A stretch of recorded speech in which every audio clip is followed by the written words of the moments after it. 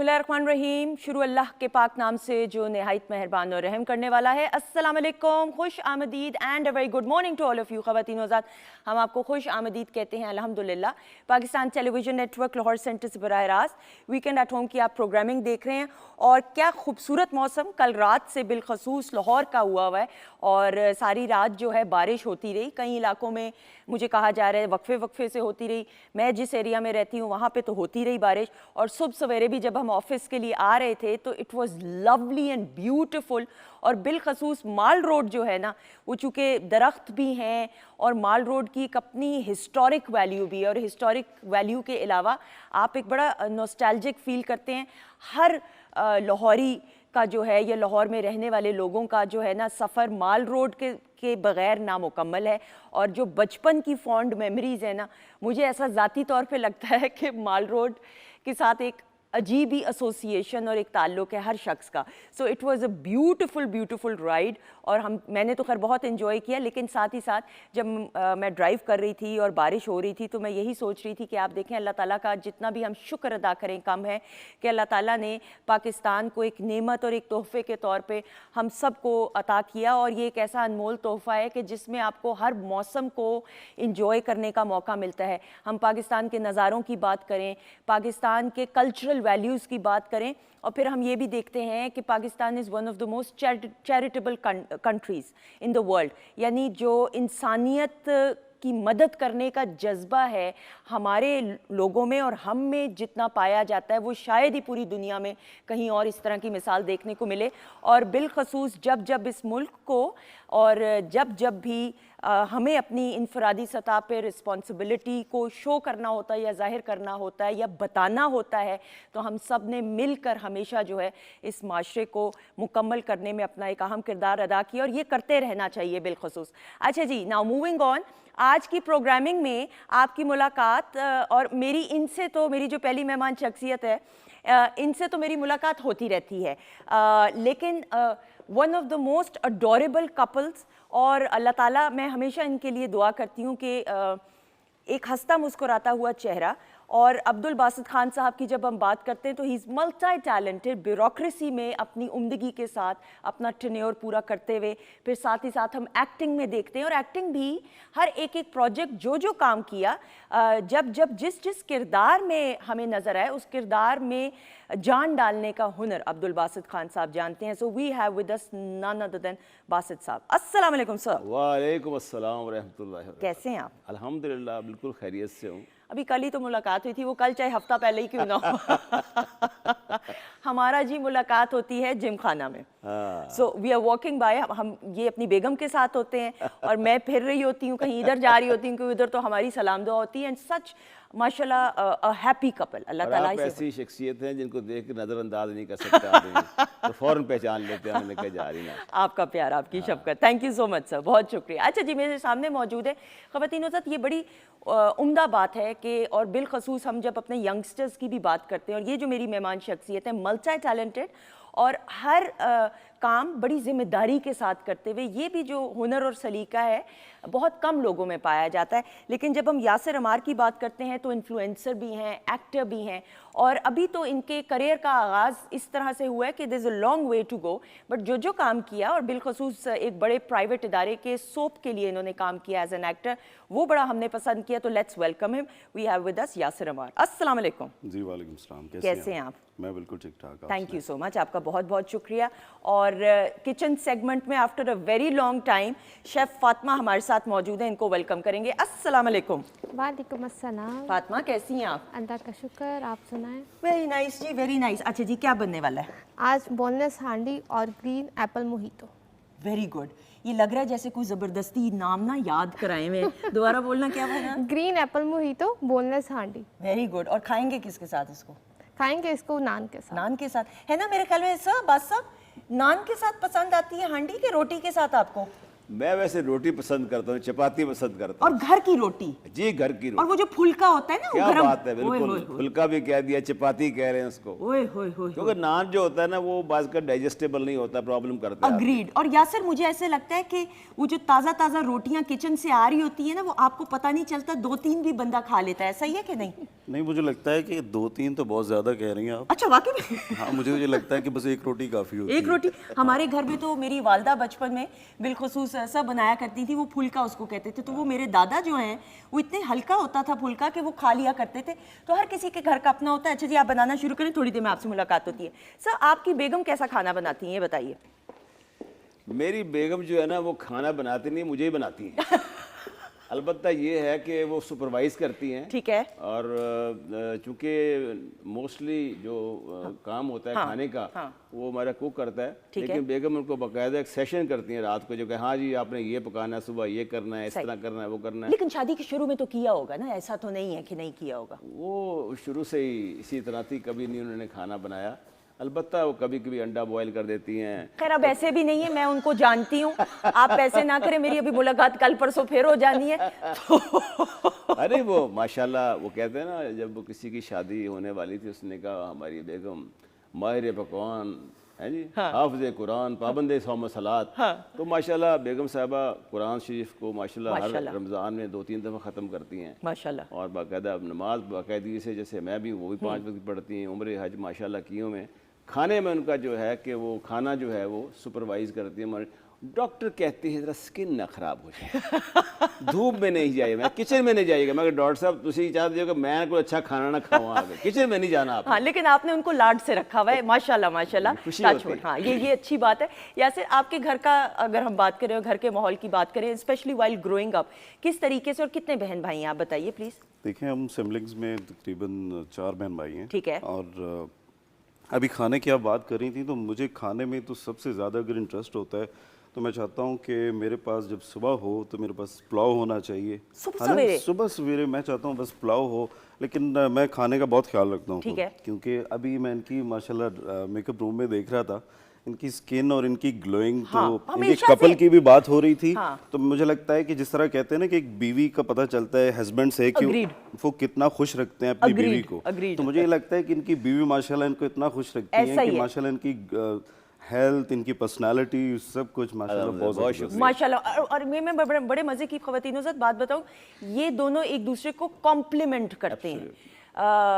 और ये बात होती है। और बिलखसूस सर, मुझे ऐसा लगता है शादीशुदा ज़िंदगी में उम्र की जिस स्टेज पे अब आप हैं, शादी का बंधन बना ही बिलखसूस इस स्टेज के लिए है कि जब बच्चे सेटल्ड हो जाते हैं, आप रिटायर काम से हो जाते हैं, you have done it all, now you need a peaceful life with a partner. देखिए, जो रिश्ता मियाँ बीवी का रिश्ता है ना, इसमें you have to surrender your rights. मैं नहीं कहता कि बीवी अपने राइट, मैं तो पहले दिन से अपने राइट्स सरेंडर कर देता हूँ। देखिए, हमारे यहाँ कोई भी अपने राइट्स को सरेंडर करने के लिए तैयार नहीं होता। जब सरेंडर करते हैं तो इस चीज़ को दूसरा पसंद करता है और उसकी मदद की जाती है लाइफ के अंदर, उसके काम को अप्रिशिएट किया जाता है। खाना पकाती है, घर को साफ सुथरा रखती है, आपको एक अच्छा घर देती है, आप अच्छा माहौल देती है। तो अगर आप उसको अप्रिशिएट ना करें तो ये ज़्यादती होती है। तो मैंने सारी उम्र इसी तरह रखा है, हमेशा कोई नया सूट पहना तो अगर मैं भूल जाऊँ तो मुझे बड़ी कोफ्त होती है, क्योंकि कहती है तुमने मुझे सूट की तारीफ़ नहीं की। मैंने कहा नया पहन, और अब फिर ये होता है कि जब मैं तारीफ़ करता हूँ, ये पिछले साल का था, ये 6 महीने पहले का था। मैंने कहा यार मैं हमेशा नाकाम हो जाता हूँ, पहले तो बहुत याद रहता था आके। तो ये है कि तारीफ़ करें, बेटर हाफ है, वुमेन एम्पावरमेंट का दौर है, और ख़वातीन खुश हैं तो आपका घर खुश है, बीवी खुश जहाँ राजी। मैंने एक दिन इंटरव्यू, बीवी राजी जहाँ राजी, बिल्कुल ऐसा ही। ये यार फैक्ट है, ऐसा ही है। किस लोग यार तुसी बीवी दे थले लग गयो, कमाल कर दे यार, तुसी जन मरीज हो। मैंने कहा भाई जिंदगी का यही रास्ता है, कामयाबी की तरफ जाता है। घर में सुकून है तो आपके बच्चे भी अच्छे होंगे, बच्चों पर भी अच्छा असर पड़ेगा, आपके माहौल पे अच्छा असर पड़ेगा, आपकी सेहत पे अच्छा असर पड़ेगा, ये बहुत और आपकी सोच पे अच्छा असर पड़ेगा। और बिलखसूस ये तमाम पैगाम हमारी नौजवान नस्ल के लिए कि सरेंडर करना, खुदा ना खास्ता गिव अप करना नहीं है। अपनी अना को साइड पे रख के ज़िंदगी की किसी शोबे की भी हम बात करें, चाहे ज़ाती ज़िंदगी की बात करें या प्रोफेशनल ज़िंदगी की, अपनी मैं को ख़त्म करना, इसमें आपकी जीत है, अल्टीमेटली हार नहीं है।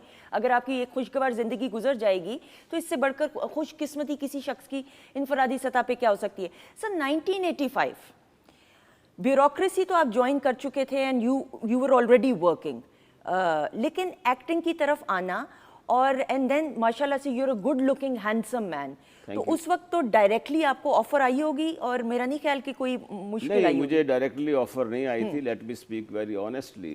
तो मैं तो खुद ही शौक चुराया दिल में, तो ऐसे जैसे टीवी देखते होते थे, आपको पता है उस ज़माने में टीवी था, तो उसको देखते थे कि यार ये अदाकारी कर रहा है, ठीक है, तो ये मैं भी कर सकता हूँ। तो मैंने ऐसे ही फिर करके उस मैनेज साहब थे मोहम्मद निसार हुसैन साहब, उनके तुफैल मैं टीवी में आया और टीवी का जो उनके साथ काम करने का एक तजर्बा था, ठीक, शायद थोड़ा ही था, एक उनका लॉन्ग प्ले किया था, एक आधा जो इस्लामाबाद में थे हाँ, वो ऐसा था जो कई सदियों पर मुहित था। अग्रीड। हमें अंदाज़ा ये हुआ कि टीवी में जिस तरह काम होता है कि 10-10 दिन रिहर्सल थी, ओए ओए ओए, और उसमें जो आदमी चाय लेकर बर्तन रखता है कमरे में, उसको भी मौजूद होना पड़ता था, और जो स्क्रिप्ट था वो 10 दिन तक आप रवानी से पढ़ते थे, सही, यानी स्क्रिप्ट की रीडिंग करते करते थे। तो जब मेरा पहला एक्सपोजर था तो मैं देख रहा था, बातें करते करते अचानक एक दूसरे से कुछ किसी तरह से तोते की तरह आवाज़ निकलती, उधर से कोई और अपनी आवाज़ निकाल, तो मैं हैरान होता था कि ये क्या ड्रामा बोल रहा है। वाह वाह। तो वो जो ड्रामा बोलने का अमल था ना, मैंने उनसे सीखा। मेरा ख्याल पूरी ज़िंदगी में उसके बाद मरहूम MNH के बाद मेरे ख्याल जितने भी मैंने काम किया है, वो ना तो उस तरह का वो रिहर्सल होती थी, ऐसा ही है। ना उस तरह की जो रिकॉर्डिंग। सुबह मैं 10 बजे आ गया था यहाँ, अच्छा, और मेरा सीन रात के 10 बजे हुआ था। यानी सुबह 10 बजे आना और रात ये के जॉब 10 आप कर रहे थे ऑलरेडी? हाँ, जॉब कर रहा था, बाकायदा फुल डे में आया हूँ सुबह आके, और रात 10 बजे मेरा सीन हुआ था। मेरी देर बाद you are watching your comrade, your friends, कि वो कैसे परफॉर्म कर रहे हैं, वो कैसे देख रहे हैं, एक आपको इंस्पिरेशन मिलती है। सर लेकिन थकावट महसूस होना, इंसान सोचे, जवान था, हाँ, यंग एज थी उस वक्त, तो अब भी खैर वो अगर कोई काम प्रोडक्टिव हो रहा हो तो इंसान को थकन नहीं होती। बिल्कुल, वेरी वेल सेड। तो ये बड़ी इंपॉर्टेंट चीज़ है। तो वो उस वक्त चूँकि एक शौक था, Agreed. एक जुनून था कि यार काम करना है, और वो फिर इस तरह मैं उनके साथ। फिर मेरी पहली सीरियल जो थी वो कराची से मेरी हुई थी, कासिम जलाली साहब की, अनदर बिग नेम। यस, कमाल। क्या he कमाल was a great director, he is a great actor। हाँ, मैं यही कह रही Performer हूँ। थे वो। अच्छा, यानी देखें कि डायरेक्शन की वो उम्दा की, और as an actor and Oh, yes, performer no क्या doubt। कमाल, क्या और खूबसूरत उनके आवाज। साथ जो मुझे मज़ा आया ना, वो मज़ा ये था कि वो कभी चीज़ों को सिखाते नहीं थे बहुत ज़्यादा, हाँ, वो कहते थे लेट्स गो स्टार्ट, यानी आप पर एतमाद करते थे। नतीजा ये होता था कि मैं परफॉर्म करता था। मुझे याद है पहला सीन मरहूम इजहार काजी साहब के साथ था, वहाँ पर टीवी के अंदर ही। तो वो अपना जो मैंने परफॉर्म किया, तो उनके साथ जैसे यूनिवर्सिटी का सीन बना दिया उन्होंने आके, तो मुझे कहने लगे यार बासित खुल के आओ, हाँ, खुल के आओ। ये लफ्ज़ बोले थे आज तक मुझे, खुल के आओ। और then onward he never taught me anything. और माशाल्लाह इतना, पता क्या होता है, बाज़ जगह आप पर ज़्यादा ओवरडू कर देते हैं ना काम, हाँ, यार ऐसे करो, बंदा परेशान हो जाता है। ऐसा ही है। वो उन्होंने कहा कि ये पढ़ा लिखा आदमी है तो ये खुद ब खुद समझ जाएगा। हाँ। एंड फिर ऑनवर्ड मेरा काम माशाल्लाह ऐसा रहा कि आई रियली एंजॉय टीवी। और वो कॉन्फिडेंस अगर मिल जाए, और उस दौर में ये जुमला बोलना कि भाई खुल के काम करो, ये बहुत बड़ी बात। ये वो दौर की कॉन्फिडेंस हमारी नस्ल को भी देना चाहिए, हमारे जवानों को भी मिलना चाहिए। प्रॉब्लम यही होता है, घर में भी होना चाहिए, हर जगह कॉन्फिडेंस। आप कॉन्फिडेंस नहीं देंगे तो समझे हर चीज़ शेकी नजर आएगी। I totally agree. Yeah sir, हम सब बड़े हुए हैं पाकिस्तान टेलीविजन नेटवर्क को देखते हुए, और ये वो वक्त है कि एक PTV होना। अपने बचपन की भी बात करें, मैं अगर अपने सिर्फ बचपन की भी बात करूं, आपकी फॉन्ड मेमोरीज PTV के साथ, और PTV के साथ एक ताल्लुक हम सब का ऐसा है कि बैरून मुल्क भी पाकिस्तानी मुकीम PTV, जब पाकिस्तान की याद आती है तो PTV के जरिए उस याद को ख़त्म करने की कोशिश करते हैं या मुकम्मल करने की। बिल्कुल ऐसा ही है कि जब हम बचपन में देखते थे PTV को, और हम जब अब परफॉर्म करते हैं, पहले भी 1-2 दफ़ा मैं PTV की तरफ से काम कर चुका हूँ, तो मेरे लिए बड़े फ़ख्र की बात है जब आप लोग इनवाइट करते हैं, हम लोग आते हैं यहाँ पे परफॉर्म कर रहे होते हैं, तो मुझे लगता है कि PTV पे काम करना बहुत मुश्किल है।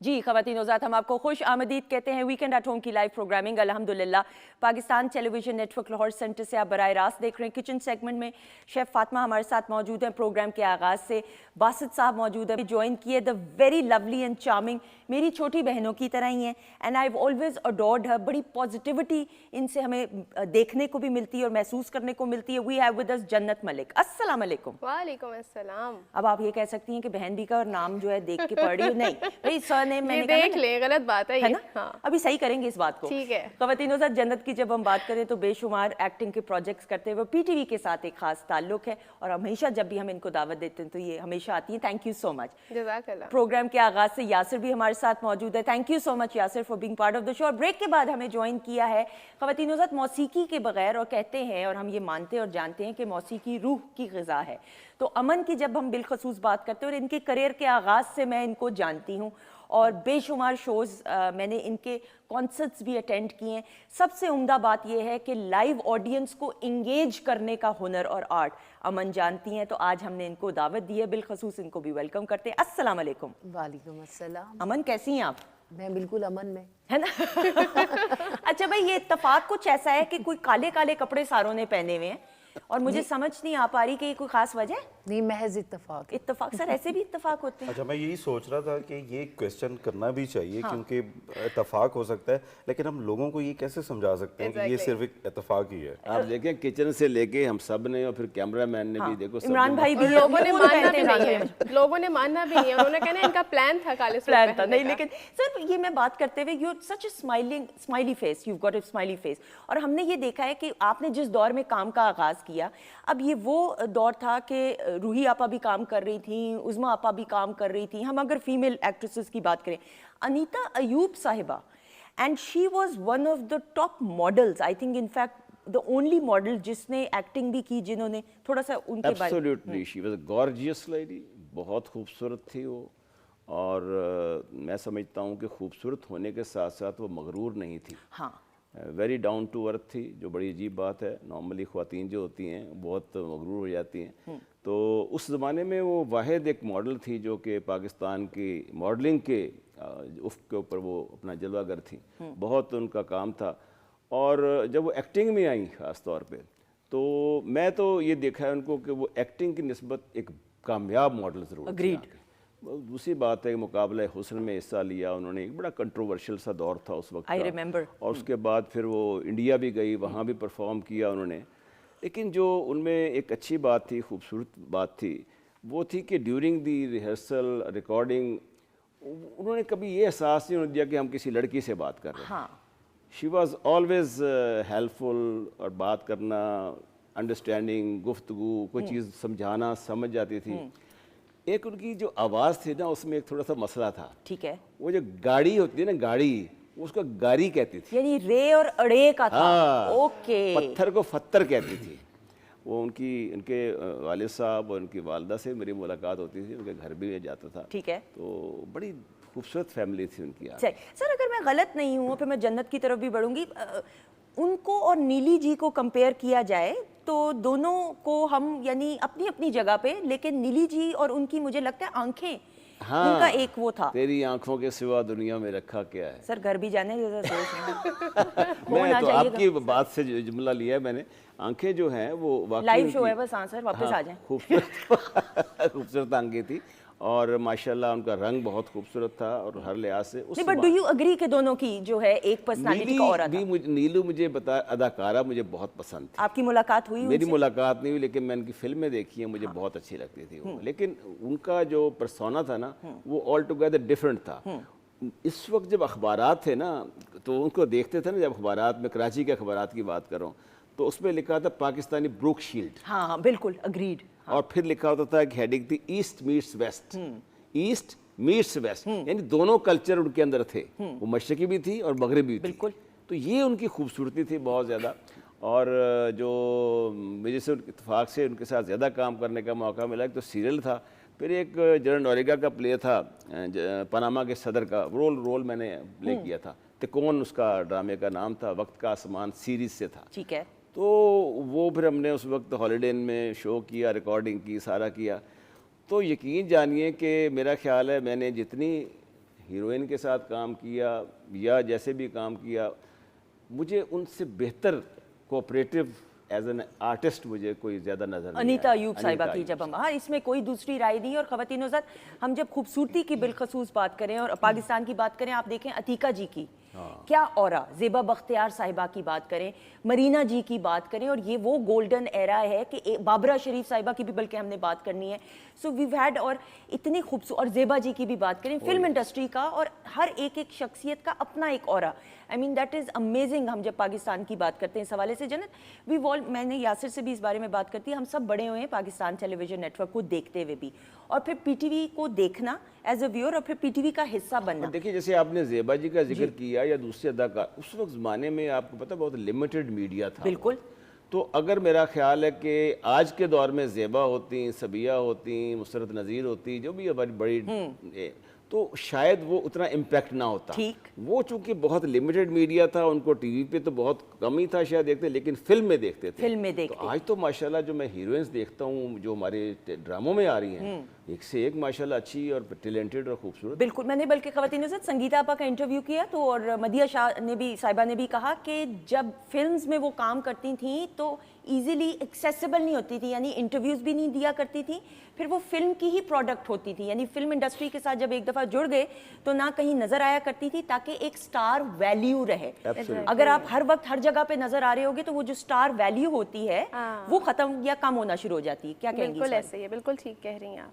सबसे पहले तो सुंदर साहब का बेहद शुक्रिया, हमेशा की तरह आप बुलाएं और हम ना आए, ये हो ही नहीं सकता।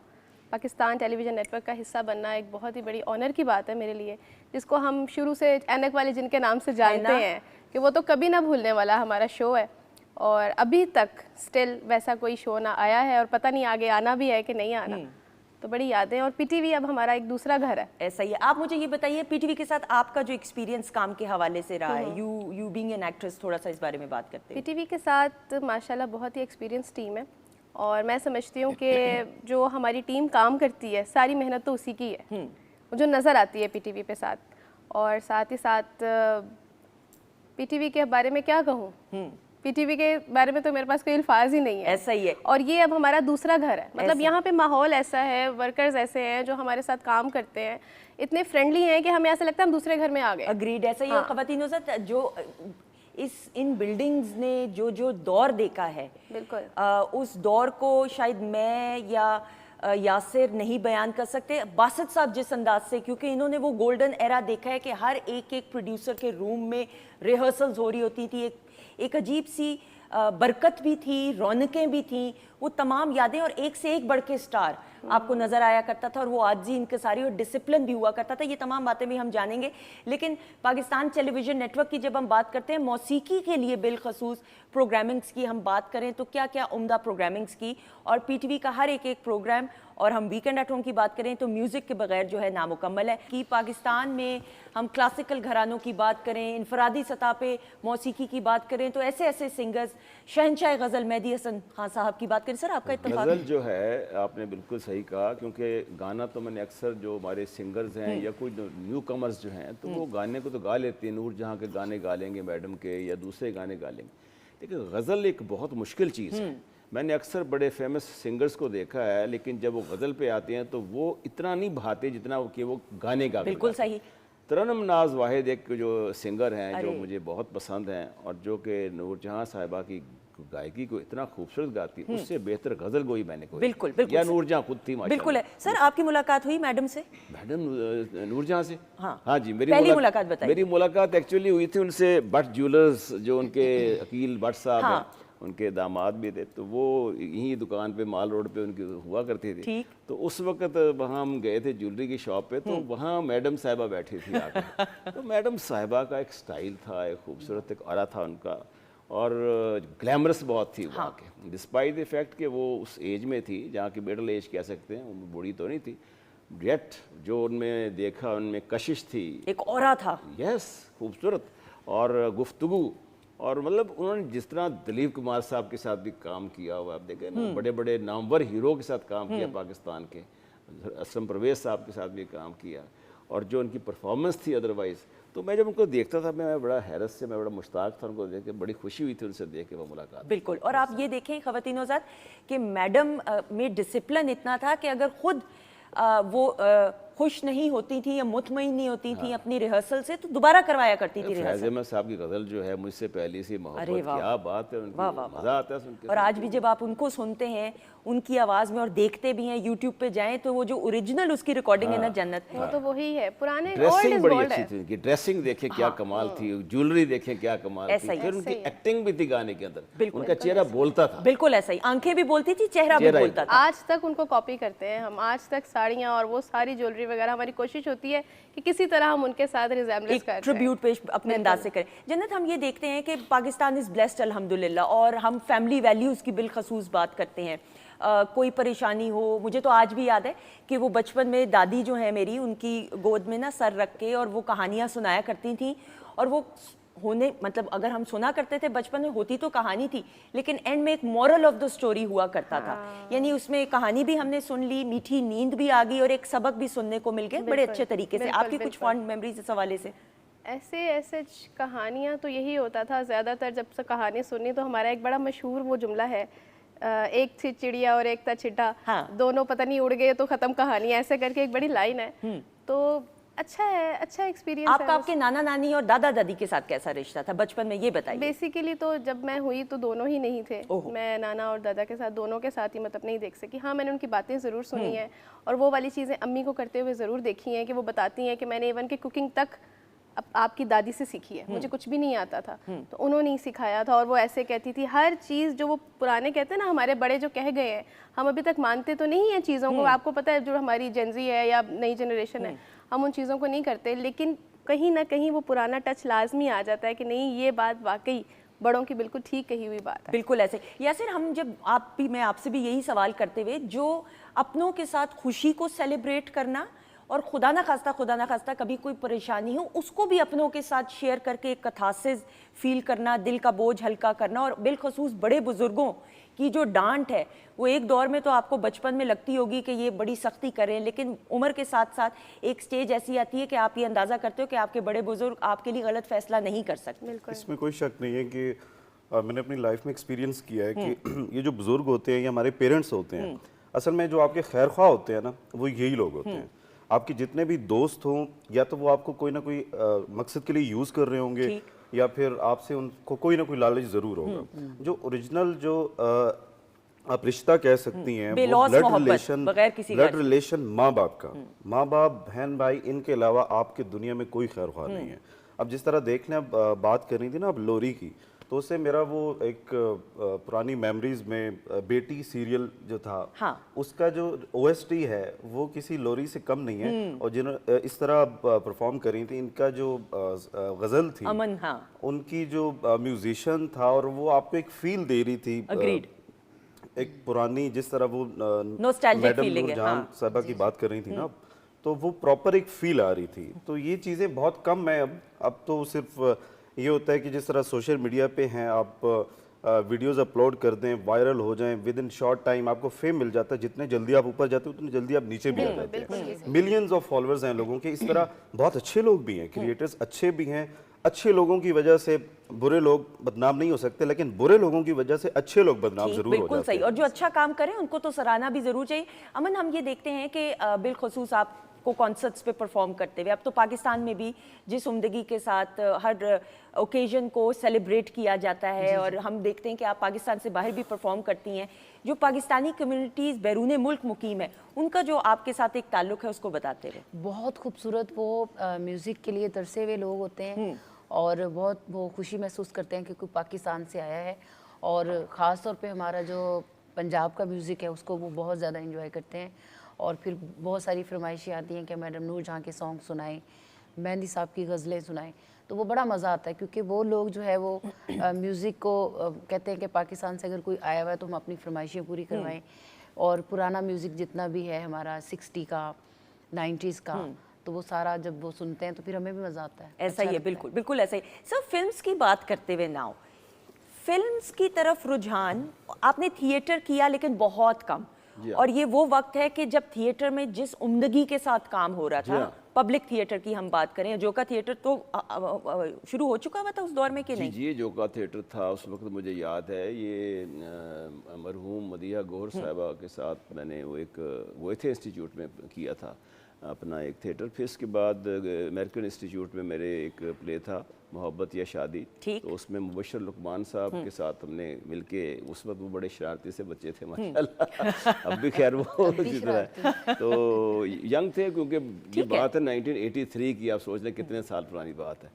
तो ये किया। फिर एक जब मैं उसमें नई नई सर्विस शुरू की थी, I was posted as assistant accountant general Punjab, तो उस वक्त फिर वहाँ के मुलाजमीन के लिए हमने एक मरहूम जमील बिस्मिल साहब थे, बड़े अच्छे, तो बड़े अच्छे डायरेक्टर भी थे और एक्टर भी थे कॉमेडी के, तो उनके साथ हमने करके वहाँ के लोगों के लिए फ्री हमने शो किया था। बिल्कुल तो थिएटर किया था, ये थिएटर का हमारा काम था। ठीक। जहाँ तक फिल्म की बात है, तो फिल्म का तो एक ख्वाब ही रह गया, क्योंकि क्यों सर, ऐसा मुमकिन नहीं है कि आपको ऑफर्स ना आई हो? मतलब एक फिल्म थी, शहजादा फिल्म थी, और शहजादा आप होंगे, मैं मान नहीं सकती। शहजादी कौन थी ये बताएं। उसमें नदीम साहब थे और उनके ऑपोजिट विलन का रोल था एक।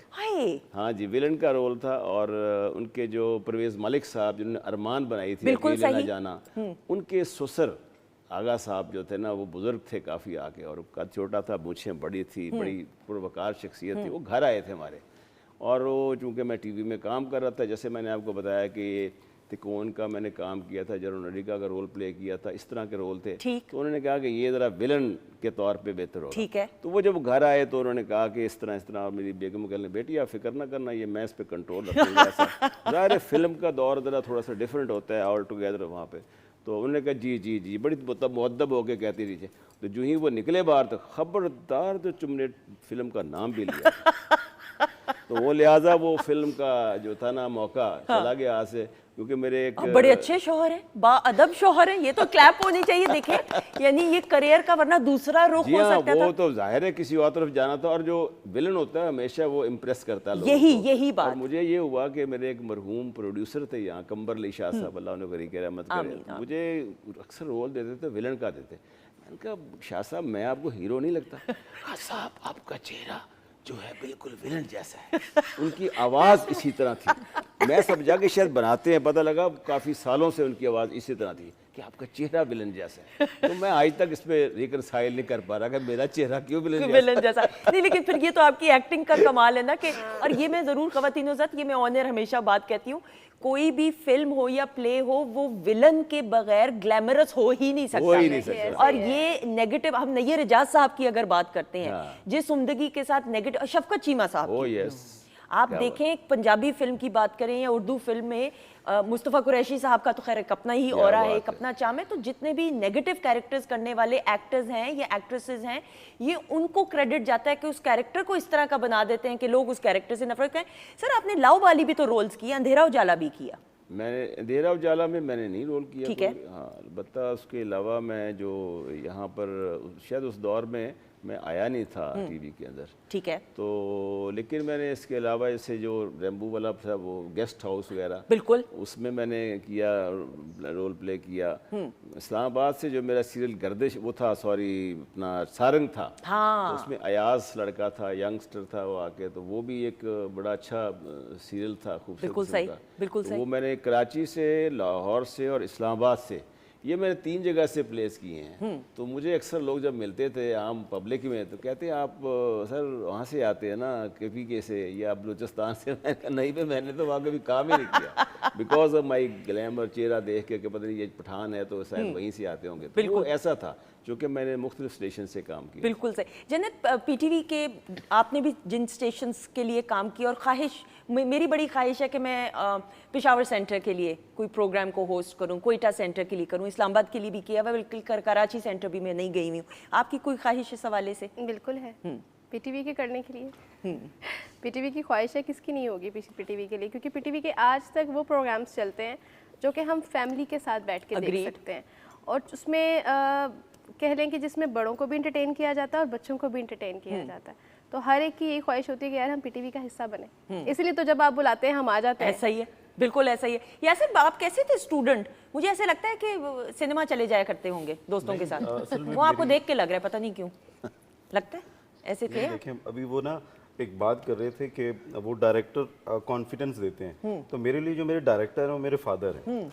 तो वो उन्होंने बचपन में ही ना मुझे कॉन्फिडेंस दिया, तुम कहीं भी जाओ, तुम जो भी करो, मैं जज नहीं करूंगा, मैं तुमसे कुछ भी इन्वेस्टिगेशन नहीं करूंगा, क्योंकि उन्होंने हमेशा हमारे पे एतमाद किया। हाँ, ये बात। मैं और मेरा भाई, क्योंकि मेरे भाई फर्स्ट क्लास क्रिकेटर है, नवीद सईद उनका नाम है, बिल्कुल सही, उन पे भी उन्होंने ट्रस्ट किया, मेरे पे ट्रस्ट किया। Excellent। तो इसीलिए हमें जजमेंटल पीपल अपनी लाइफ में पसंद ही नहीं। और वो ट्रस्ट आपने हमेशा एक बेटा होने की हैसियत से, एक बड़ा होने की हैसियत से, घर का फर्द होने की हैसियत से कभी तोड़ा नहीं, ऐसा कभी ही? तोड़ा नहीं, और मुझे इस चीज का फख्र महसूस होता है कि हमने अपने फादर का नाम रोशन किया, माशाल्लाह। जहां भी गए अपने फादर का नाम रोशन किया।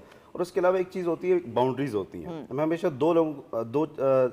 क्या कहते हैं, मेरे जो फादर हैं मैं उनको जवाब दूं और अपने खुदा को जवाब बिल्कुल दूं। ठीक। मैं अपनी लाइफ में अगर कुछ ऐसे कैरेक्टर्स होते हैं जो करना चाहता हूं लेकिन कर नहीं सकता, ठीक है। उसकी रीजन ये है कि हमें जिस सिटी से मैं हूं तो मुझे वापस भी जाना होता है। सही। आप मुझे कहाँ से belong? मैं मियां वाली से बेसिकली माशाल्लाह माशाल्लाह, मियां वाली तो भाई हम तो हमारे इतनी हाँ जी। तो इसलिए फिर कुछ कैरेक्टर्स होते हैं जो हम अपनी बाउंड्रीज में रह के करते हैं, जो कर नहीं सकते हैं, क्योंकि अपने फादर को भी जवाब दे हूँ और अपने खुदा को भी जवाब दे हूँ। मुझे जो सबसे उम्दा बात लगी है कि अपने वालिद का जिस एहतराम के साथ, और ख़वातीनो ज़ात अल्लाह ताला की ये बड़ी हमारी तरफ से एक औलाद के लिए खुशकिस्मती हो सकती है कि आप माँ बाप की खिदमत कर सकें, क्योंकि माँ बाप का एक ऐसा खूबसूरत रिश्ता है। मैं हमेशा सर ये कहती हूँ, आप तो खुद एक बाप हैं और माशाल्लाह जिस तरीके से आप अपने बच्चों का जिक्र करते हैं, आप माँ बाप के जिस्म का हिस्सा हैं। एग्जैक्टली। आप ये देखें कि माँ बाप में से हैं आप, तो माँ बाप तो वो हस्ती हैं जो बेलौस मोहब्बत आपसे बग़ैर किसी गर्ज के करेंगी, अपनी ख्वाहिशात की नफ़ी करके आपके चेहरों पे मुस्कुराहट और आपकी ज़िंदगी को मुकम्मल करने के लिए क्या क्या कुछ मेहनत करती हैं। तो बड़ी खुशकिस्मत वो औलाद के जो माँ बाप की ज़िंदगी में उनकी खिदमत कर सके।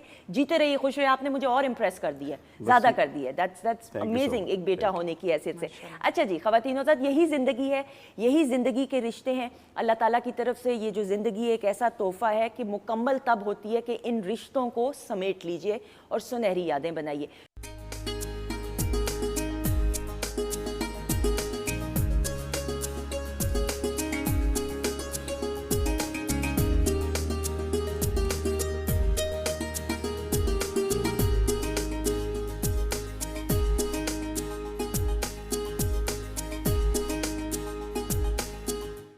जी ख़वातीनो ज़ात, हम आपको खुश आमदीद कहते हैं। वीकेंड एट होम की लाइव प्रोग्रामिंग अल्हम्दुलिल्लाह Pakistan television network Lahore centre से बराह रास्त आप देख रहे हैं। और शेफ़ फातिमा कभी लेफ्ट जा रही हैं, राइट जा रही हैं। फातिमा परेशान क्यों हैं? नहीं सही हैं आप? यस। इतने अरसे बाद मुलाकात हो रही है ना, इस वजह से मुझे लगा है ना। ओके जी, ड्रिंक सर्व की गई, जिसने पी है प्लीज़ बता। नहीं अमन, ज़बरदस्ती नहीं, आराम से। नहीं, मैं पहले सोच रही थी कि मैं उठा दूँ। सर हमने इतने ड्रामों में भी देखा है कि वो सेट पे खाना पड़ा होता है और अक्सर नकली खाना होता है, स्प्रे भी जन्नत कर दिया जाता है। बिल्कुल ऐसा हुआ है आपके साथ जन्नत? बिल्कुल ऐसा होता है। समटाइम हम ऐसा सीन आ जाता है जिस पे टेबल ऐसे सजी होती है ना कि लगता है कि ऐसे रियल अभी कुछ खाना। एक दफ़ा तो मेरे साथ हो भी किया। हाँ। वो फ्रूट्स थे पड़े हुए और साथ उनके ना बड़ी प्यारी सी वो आइटम्स थी, चाइनीज़ की कोई डिश थी। ठीक है, अच्छा यार अभी खाते हैं, जैसे ही हमारा ये होता है ना टेक होता है, हम नेक्स्ट ये लेंगे। मैं बड़े मज़े से प्लेट लेके गई, वो आगे था ही। मैं कहा मैंने जैसे किसी ने देखा तो नहीं है, बस ठीक है। सर ये एक्टिंग को लोग समझते हैं कि स्टारडम है, ग्लैमर है, शोहरत है, पैसा है, फलां चीज़ है, लेकिन इसके पीछे जो मेहनत है वो अगर लोगों को समझ आए तो मेरे ख्याल में वाकई में हर कोई फिर ये ख्वाहिश ना करे, क्योंकि ख्वाहिश तो कर सकता है इंसान, लेकिन एक्टर बनना is not a easy thing. बिल्कुल आपने सही कहा है कि अभी जैसे कप की बात हो रही थी, मैंने अक्सर वक्त खाली कप लेके बड़ा चुस्की लिया मज़े से, जैसे खाली कुछ होता नहीं था। तो लेकिन ये कि जो एक्टिंग की बात आपने कही है ना, कुछ लोगों को ऐसे लगता है शायद मे भी कि जैसे बहुत आसान सा काम है। अक्सर मुझे लोग कहते हैं कि जी हमें आपने एक्टिंग की है, हमारे बच्चे को बड़ा शौक़ है ये। तो मैंने कहा भाई ये बड़ा मुश्किल शौक़ है। तो उस ज़माने में तो चूँकि मोनोपोली थी ना टीवी की अपनी, तो आजकल तो आपको पता है आप खुद बना सकते हैं, सोशल मीडिया का भी दौर है। बिल्कुल बड़े सही, आसानी से आप बना सकते हैं। 3 से 4 मिनट का सॉन्ग जिस दिन से आपको स्क्रिप्ट मिलता है ना, जिस दिन से आपको स्क्रिप्ट मिलता है उस दिन से उसकी कहानी शुरू होती है। वाह वाह। फिर उसको आपकी रीडिंग होती है, फिर आपने वहाँ पहुँचना होता है, फिर आपने रिहर्सल करनी होती है, फिर आपने सेट पे जाना होता है, और सेट पे जाके फिर ऐसे ऐसे लतीफ़े हो रहे होते हैं कि जनाब जहाँ 5-6 लोगों का पार्टिसिपेशन है तो वहाँ मैंने बोल दिया तो अगला भूल गया, अच्छा वो अगला भूला तो यार आइंदा नहीं भूलना, अब वो सही चला तो तीसरा भूल गया, ऐसा होता है और तो फिर बताइए आखिर में फिर हम मुँह छुपाते हैं। और कई दफ़ा तो प्रोड्यूसर साहब जो थे ना हमारे कासिम जलाली साहब थे, वो गुस्से में आए थे, कहते पैकअप यार कमाल मजाक है, सीरियस नहीं हो रहा आके। तो ये था एक वो ड्रामा था हमारा सुरागे ज़िंदगी, तो उसमें मेरा एक सीन था जो कि बानो आपा का था, मरहूमा अल्लाह ताला ने बड़ी रहमत करे, तो वो उनका जो सीन वो कुछ 16 सफ़े का सीन था। 16 सफ़े? यस। तो वो जब मैंने देखा तो बड़ा हैरान हुआ कि क्या, उसमें बड़ी अच्छी उन्होंने दिखाया था कि एक पढ़े लिखे औरत की, पढ़ी लिखी खातून की एक अनपढ़ के साथ शादी नहीं होनी चाहिए। ठीक, ये का थ्योरी था। नुमान शाह मेरे साथ था उस वक्त, डॉक्टर नुमान शाह। डॉक्टर नुमान हाँ, शाह, ये डॉक्टर बाकायदा भी पढ़े लिखे ही थे, आए थे सीन में। तो वो जो मेरी होने वाली बीवी थी तो वो उसके साथ बातें करी, तो मैंने कहा यार सूफले तैयार किया, इस्लामी चीज़ तैयार, और यार जाओ आज मेरा मज़ा आ रहा है, मेरे ब्रेन की वो एक्सरसाइज हो रही है। तो कैमरा मुझे बैन करता है, यार दिखाता हूँ कि ये क्या बात है, ये मुझे लिफ्ट नहीं करा रही, गुफ्तगू हो रही है।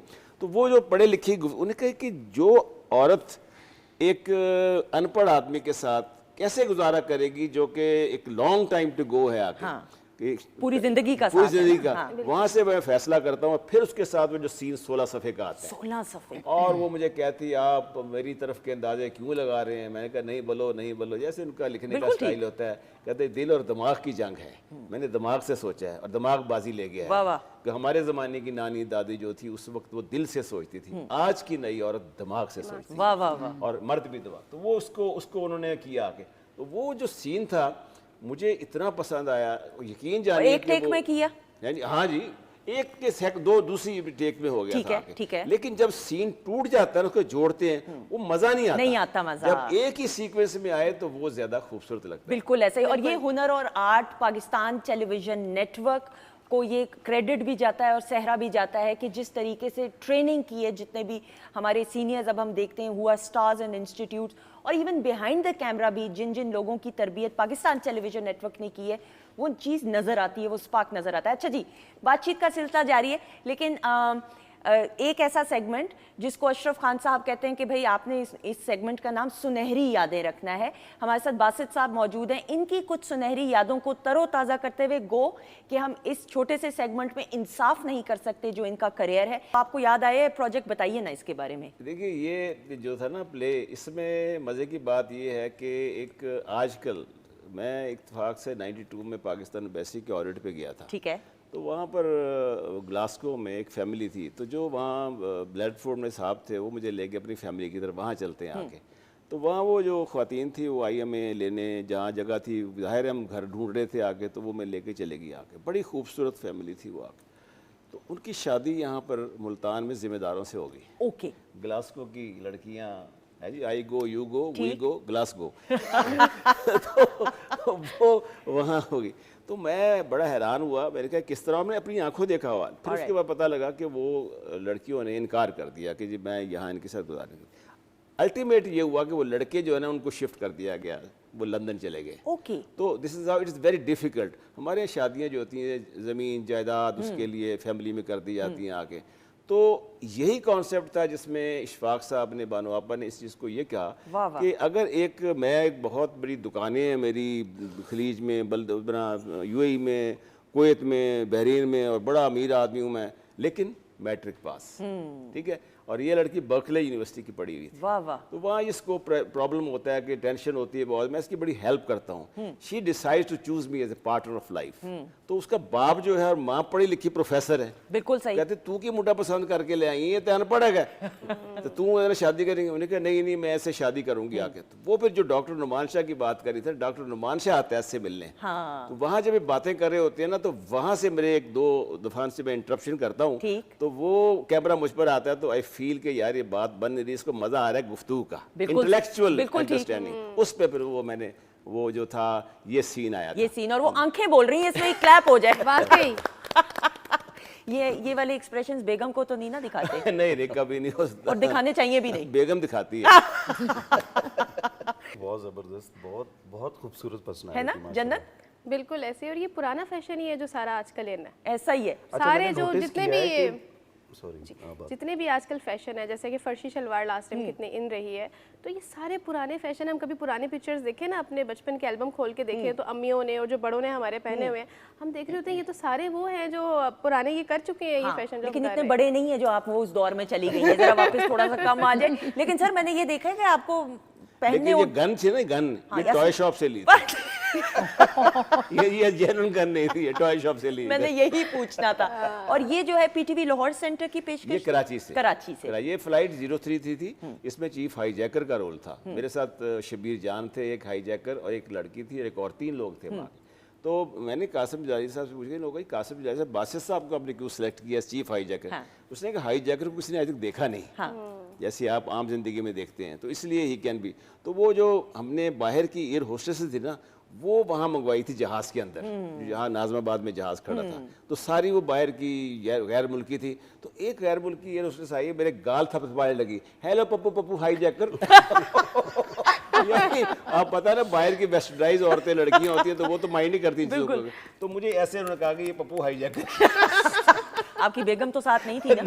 बहुत ही अच्छा। बस सेट पे जाया करती थी आपकी बेगम साथ? हाँ, ये जो हमारी गर्दिश सीरियल थी ना नीता यू वाली, उसमें वो आती रही है। ठीक है। वहाँ सेट के ऊपर आके, और नीता हमारे पाकिस्तान यहाँ लाहौर भी आई है हमारे पास उस दौर में आके, तो फैमिली हमारा इंटरेक्शन के साथ था। लेकिन ये जो इसमें फ्लाइट 03 में एक वाकया हुआ था, वो ये हुआ था कि मैंने लगाए थे, लेंस लगाए थे। लेंस का नया दौर शुरू हुआ था। मैंने वही पूछना था कि लेंस आना शुरू हो गई हुई थी, लेंस का दौर शुरू हुआ, नया दौर, नया ठीक दौर। है। तो शकील साहब, मरहूम शकील अदाकार जो थे, बहुत बड़े एक्टर, बिल्कुल ऐसा ही है। और इसके साथ साथ अनीता, मैं और शबीर, हम लोग गए वहाँ अपने जो क्लिफ्टन में, ठीक है, वहाँ एक शॉप थी, ठीक। तो वहाँ से मैंने हेजल जो है ना वो लगवाए अपने आगे, लेंस लगाए। हाँ। अच्छा, लेंस लगाए, कहते हैं सोया नहीं करते ना, सोना नहीं चाहिए, ऐसा ही है। वो हुआ ये कि शूटिंग का दौरान ही ऐसा था कि रात से लेकर सुबह 4 बजे तक होती थी, तो मैं कहीं बैठे ऊँग गया तो नींद आ गई। नतीजा ये हुआ कि मेरी आंखों में इन्फेक्शन आ गया। अब वो जनाब एक बंदे को मैंने मारना था उसके अंदर, जाहिर है फिर एक्सप्रेशन बहुत क्लोज आने चाहिए थे, तो वो फिर मैं लाहौर आ गया। 8-10 दिन मैंने दवाई शवाई डाली, फिर मैं गया। लेकिन आंखें ठीक नहीं हो रही थी मेरी आंखें, शुक्र है बच गई आंखें। तो वो उस वक्त जो एक्सप्रेशन जो थे ना, वो मेरे, अल्लाह ने रिके रहमत करे, मोइन अख्तर साहब, मैं उनका इतना बड़ा मद्दा हूँ, हम सब मद्दा हैं, ग्रेट इंसान थे माशाल्लाह। तो उन्होंने मुझे एक दफ़ा यहाँ लाहौर आए, तो मेरे साथ एक इवनिंग थी बासित खान का, उसमें उनको मैंने रिक्वेस्ट की थी कि तशरीफ़ लाएं, वो आगे थे। तो उन्होंने मुझे यही ट्रिब्यूट किया कि मैंने आपके उस ड्रामे में जो आपके एक्सप्रेशन देखे हैं, कहते हैं कि नेक्स्ट जो आपका काम है आगे आने वाला, तो बासित खान जो बड़े बड़े एक्टरों को टफ टाइम देंगे। ऐसा ही बिल्कुल। काशिफ भाई के साथ काम करके इतना अच्छा लगता है ना, मतलब इतना मज़ा आता है जिस तरीके से वो हमें गाइड करते हैं चीज़ों को। कभी भी उनके साथ ऐसा नहीं लगा कि हम सेट पर मौजूद हैं। वो कहते हैं बोलो, स्क्रिप्ट आपके हाथ में, वो कहते हैं ठीक है बोलो, आप जो आपका दिल करता है वो बोलो। और जो उनका काम करने का, उनकी जो टाइमिंग है, हर चीज़, मतलब जो हमारी कॉन्टीन्यूटी चलती है और जो हमारे सीक्वेंस चलते हैं, वो इतने परफेक्ट है ना कि उनका कोई जवाब ही नहीं। बिल्कुल ऐसा ही है। And he is a big brand and a big name. और हमेशा उनकी हमने यही बात सुनी है, जितने भी एक्टर्स हैं, कि समझाने का तरीका, बहुत एक कंफर्ट लेवल देना। और Yasir, you being an actor as well, एक कंफर्ट लेवल होना बड़ा ज़रूरी है। आपने तो लेजेंडरी फिरदौस जमाल साहब के साथ और जितने सीनियर्स को देखा भी है, गो के अगर नहीं काम करने का इत्तेफाक हुआ, तो यही वो डिसिप्लिन है और कंफर्ट लेवल है जो फिर इंसान को मोटिवेट करता है। अच्छा, मैंने एक कमर्शियल किया था फिरदौस जमाल साहब के साथ, तो उनके साथ काम करके पता चलता है कि ये लेजेंड है। जिस तरह ये बात कर रहे थे, बासित साहब के एक्टर जो होता है वो बड़ी मेहनत करता है, एक टाइम पे उसको पता चलता है कि वाकई मैंने एक मेहनत की है तो मुझे उसका रिवॉर्ड मिला। तो ये चीज़ होती है कि फिरदौस जमाल साहब ने जब एक्ट किया तो मैं सिर्फ उनको देख रहा था, क्योंकि दी वे ही टॉक, मतलब एक्सेंट होता है एक बंदे का, एक बॉडी लैंग्वेज होती है, तो हमें बहुत कुछ सीखने को मिलता है। और मुझे उनके साथ काम करने का एक दफ़ा मौका मिला, तो मैंने उनसे बहुत कुछ सीखा है। लाइक उनका वे ऑफ टॉकिंग, उनका बॉडी लैंग्वेज, तो आई एम रियली इम्प्रेस्ड। बिल्कुल, अनडाउटेडली। और जिस एरा में उन्होंने काम किया है पाकिस्तान टेलीविजन नेटवर्क के लिए, ये वो एरा है कि हर एक पीटीवी का जो प्ले है बामानी अंदाज से ऑडियंस के लिए पेश किया जाता था। अमन, हम आपकी भी बात करते हैं, जिस तरीके से आप ट्रिब्यूट पेश करती हैं, मैडम के भी कितनी गज़लें हैं और गीत हैं अपने अंदाज से पेश करते हुए। रेडियो पाकिस्तान का एक बड़ा अहम किरदार है, और आपकी हम जब बात करें और सिंगर्स की बिलखसूस बात करें, बड़ी खुशकिस्मती होती है कि पीटीवी और रेडियो पाकिस्तान के साथ मुंसलिक हों। अल्हम्दुलिल्लाह, मैं रेडियो से भी मेरी 1-2 गज़लें हैं, कुछ सॉन्ग्स हैं, और पीटीवी से तो आपको पता है जितने भी प्रोग्राम्स हैं अल्हम्दुलिल्लाह उनमें सब में पार्टिसिपेट किया हुआ है। और मैंने बहुत सारे सिंगर्स को ट्रिब्यूट भी दिया है पीटीवी से, नैयरा नूर जी को, महनाज जी को, मैडम नूर जहाँ को। तो ये बड़े ऑनर की बात है मेरे लिए कि इतने बड़े जो लेजेंड्स हैं उनको ट्रिब्यूट देना बहुत बड़े ऑनर की बात। और रेडियो में जो वो एक कमरा होता है और शीशा है, और शीशे के सामने जैसे खवातीन साहब हम तो फिल्म्स में भी देखते हैं ना, ऑब्वियसली प्रोड्यूसर्स बैठे होते हैं, तो डर भी लगता है, हिचकिचाहट भी होती है, खौफ भी होता है, माइक सामने होता है, ये बताते हैं बहुत ज़्यादा। पहला एक्सपीरियंस बताइए। वो जिस तरह सर बात कर रहे थे कि एक बंदे की गलती होती है तो पूरी टीम को दोबारा से आना पड़ता है। उस टाइम मैं भावलपुर थी, basically I am from Bahawalpur माशाल्लाह। तो जब मैं लाहौर आई तो यहाँ रेडियो में भी हमने गाने रिकॉर्ड करवाए, लेकिन पहला जो एक्सपीरियंस था वो भावलपुर से था। तो सारे लेजेंड्स में बिल्कुल जूनियर और बहुत थोड़ी उम्र, और मुझे आज भी याद है कि अल्हम्दुलिल्लाह बहुत कम गलतियाँ होती थी मेरी, लेकिन बहुत मज़ा आता था। सब सीनियर्स होते थे और सबसे सीखना, सब बताते थे कि यहाँ से उठाना है, यहाँ से पिक करना है, और बहुत मेहनत होती थी उस टाइम। आजकल तो आपको पता है स्टूडियो में सब कुछ कंप्यूटर पे होता है, आप जाएं म्यूजिशियन होते नहीं है, वो ट्रैक बना हुआ होता है, तो वो पहले की जो मेहनत है वो अब नहीं है। जो ओरिजिनल है वो ओरिजिनल है, और आप में सीखने का हुनर है। बिल्कुल, ये भी ख़वातीन-ओ-ज़ात बड़ी खुशकिस्मती इनफरादी सतह पे किसी शख्स की भी किसी शोबे से आप वाबस्ता हो, सीखने का हुनर अगर आप जानते हैं तो ज़िंदगी जो है बड़ी उम्दगी के साथ गुजर सकती है। अच्छा जी, बातचीत का सिलसिला जारी, कुछ और सेगमेंट्स का भी एहतमाम किया गया।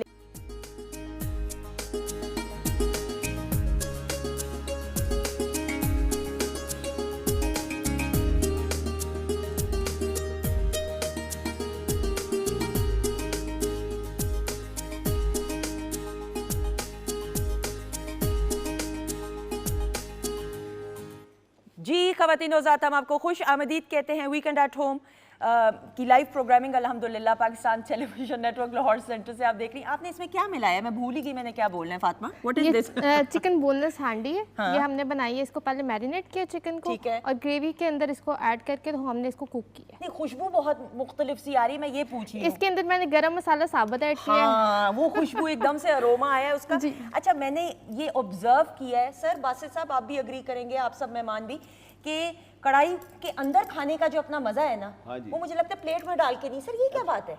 ये भी बड़ा मजा आता है, खास तौर पे जैसे कबाब लगाते हैं वहीं सीख के साथ खाने का मजा है। गरम गरम इसी तरह गरम गरम कोई चीज निकाल के खाने का मजा है। ऐसा ही है। तो मैं कभी कभी ऐसा कर भी लेता हूँ घर में भी, है ना? जन्नत आप भी करती हैं कि नहीं? बिल्कुल। और मीठा खास करके जो कस्टर्ड बनाए और वो जो बाकी का पतीली में बचता है ना, मैं कहती हूँ मैंने वो वाला खाना। उसका जायका कुछ वो क्यों जायका अच्छा होता नहीं, वो ज्यादा वैसे बाउल में खाने की निस्बत मेरा ख्याल है उसमें ज्यादा है। मजा जो चम्मच रह जाता है ना, उसी में जायका होता है सारा। बिल्कुल।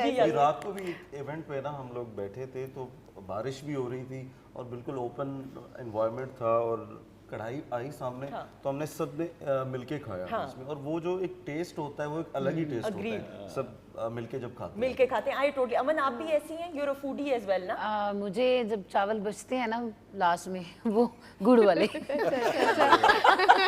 वो मैं शौक से खाती हूँ। भाई बचा हुआ खाना जो है ना वो सबसे अमेजिंग उसका जायका होता है। खीर भी बड़ी मजेदार है। हाँ, अच्छा जी फातिमा बताइए, अब रेसिपी बताएं। अच्छा, सबसे पहले हमने बोनलेस चिकन है ना, इसको मैरिनेट करना है, योगर्ट के अंदर ऐड करना है, स्पाइस ऐड करना है, इसके अंदर हमने सुरख मिर्च ऐड करनी है, नमक ऐड करना है, हल्दी ऐड करना है, गरम मसाला ऐड करना है। इसको अच्छे से 15 मिनट या 30 मिनट्स के लिए आपने स्टे के लिए रखना है। इसकी ग्रेवी रेडी करनी है। ग्रेवी के लिए हमने प्याज लेना है, टमाटर लेना है, अदरक लहसुन मिर्चें, इनका पेस्ट बना के इनको कुक करना है। इसकी ग्रेवी बन जाएगी। ग्रेवी के अंदर हमने मैरिनेट चिकन को ऐड करके कुक करना है 15 से 20 मिनट के लिए। फिर इसको दम दे देना। ऊपर गार्निश में हमने इसके ऐड करेंगे धनिया, सब्ज़ मिर्चें, लेमन। बिल्कुल सही। और ये मैंने गार्निशिंग करके भी आपको अपने अंदाज से दिखा दी है, बाकी आपकी मर्जी है। ठीक है, मार्क्स मिल गए, शाबाशी दे दे। कोई शाबाशी नहीं मुझे देता, वेरी बैड है। हमने इसलिए इसको इसमें प्रेजेंट किया ताकि ज़रा इसकी लुक कुछ और होती है और इसका जायका भी इसमें खाने का अपना होगा। Thank you so much. जीते रहिए, खुश रहिए। अच्छा जी, ख़वातीन-ओ-ज़ात बातचीत का सिलसिला जारी। सर आपसे भी ये बात करते हुए, एंड माशाल्लाह माशाल्लाह मैं ये ज़रूर लोगों को बात ये बताते हुए भी, I have seen you that you are very energetic. Table tennis का शौक रखना या स्पोर्ट्स का शौक रखना, लेकिन उम्र के इस हिस्से में अल्लाह ना करे मैं कोई यानी खास वो नहीं, लेकिन एक हर स्टेज होती है ना उम्र की। कुछ लोग रीडिंग को तरजीह देते हैं, म्यूजिक सुनने को, लेकिन मुझे ऐसे लगता है फिजिकली फिट रहने के लिए किसी न किसी फिजिकल एक्टिविटी में इन्वॉल्व होना और स्पोर्ट्स में होना बहुत ज़रूरी है। जी बिल्कुल सही है। और मैं क्लास 6 से 6ठी जमात से था, जब मैं स्कूल में थे हमारे, तो उस वक्त से मैं क्रिकेट खेल रहा था और क्रिकेट हम खेलते रहे हैं। जब मैं सर्विस में आ गया तो फिर हमने ऑफिसर्स की टीम बनाई आके। 2022 मेरा लास्ट मैच था जिसे मैंने छोड़ी, और हम हार्ड बॉल से खेलते थे।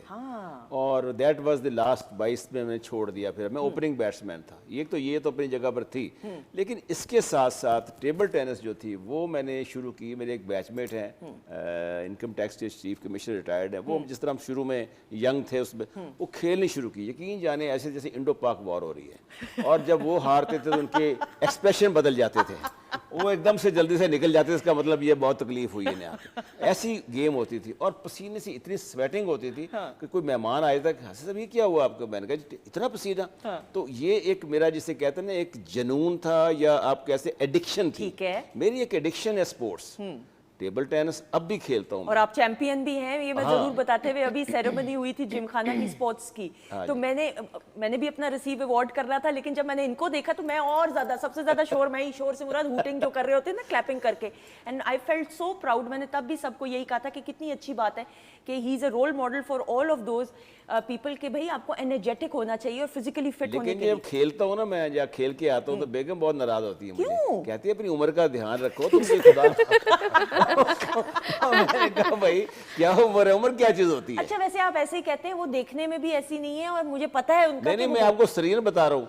वो जब कभी मैं दर्द हो रहा है, मैंने मना किया तुम ना खेलो, तो साथ ही मौका चुरा के ना मुझ पर हमलावर हो जाती थी, कहती तुमने, लेकिन मुझे मजा आता नहीं, दैट इज गुड। और मैं अपनी कोई हफ्ते बाद 10 दिन बाद और तकरीबन घंटा खेलता हूँ ठीक ठाक, और ये बड़ी अच्छी बात है, बहुत अच्छी बात है। और दूसरा जैसे हॉबीज में हमारे होता है, कभी कभार हम वो भी करते हैं, कभी सिंगिंग भी कर लेते हैं, दोस्तों के 6-7 दोस्तों की फैमिलीज के साथ खाना तैयार करवाया, खाना किया, किसी सिंगर को बुला लिया, तो वो बैठ के तो आपस में गाना गा रहे, इस तरह की चीजें भी होती हैं। पैनल से यूनुस भाई और इलियास भाई कह रहे हैं कि अगली बार आपकी बेगम को भी साथ बुलाना है। वैसे वो आती नहीं है, कम आती है हमारे शो में। उनका टाइम जो है ना ये सुबह का, क्योंकि वो जरा लेट सोती हैं, फिर नमाज पढ़ के फिर सोती है ना, मैं तो कर वो लूंगी 10 उनकी बजे। रूटीन को मैनेज, आप मुझ पे छोड़ दें। उनके लिए कहा जा रहा है 12 बजे कर लेंगे शो, कोई मसला नहीं।